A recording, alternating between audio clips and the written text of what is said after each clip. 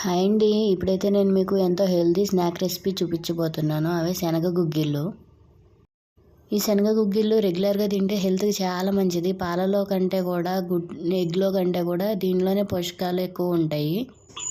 ఈ శనగ గుగ్గిళ్ళు ప్రిపేర్ చేసుకోవడానికి శనగల్ని 8 గంటలు నానబెట్టుకోవాల్సి ఉంటుంది. ఆ తర్వాత దాంట్లో కొంచెం ఉప్పు, వాటర్ యాడ్ చేసి కుక్కర్లో వేసి 3 విజిల్స్ వచ్చేంత వరకు ఉడకబెట్టుకోవాలి.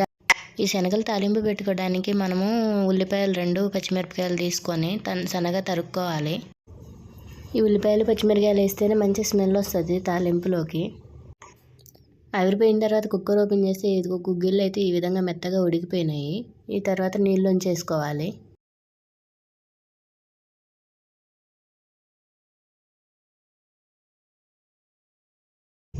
ఆ తర్వాత పొయ్యి మీద ప్యాన్ పెట్టుకొని ప్యాన్ హీట్ అయిన తర్వాత అందులో కొంచెం ఆయిల్ వేసుకొని ఆయిల్ కాగిన తర్వాత అందులో ముందుగా ఎండుమిరపకాయలు 2 కట్ చేసి వేసుకోవాలి.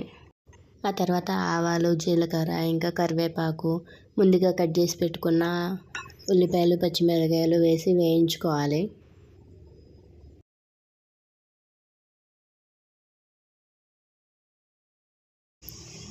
ఈ విధంగా ఉల్లిపాయలు, పచ్చిమిరపకాయలు మంచి కలర్ వచ్చేంత వరకు వేయించుకోవాలి. అవి వేగిన తర్వాత మనం ముందుగా పక్కన పెట్టేసుకున్న శనగల్ని యాడ్ చేసుకొని కొంచెం సేపు దాంట్లో తాలింపులో మగ్గనివ్వాలి. ఇప్పుడు ఈ శనగలు కూడా కొంచెం సేపు వేగిన తర్వాత దానిలోకి మేమైతే కారం యాడ్ చేసుకుంటున్నాము. ఈ కారం వేయకుండా కూడా నార్మల్గా అయినా తినేయచ్చు, కానీ కొంచెం మేము స్పైస్ ఎక్కువ తింటాం కాబట్టి కారం వేసుకున్నాము. దానిలోకి వెల్లుల్లి కారం యాడ్ చేసాము. మా ఇంట్లో చిన్నపిల్లలు ఉన్నారు కాబట్టి వాళ్ళు కారం తినలేరని కొంచెం సపరేట్గా ఉత్తయి తీసేసాము.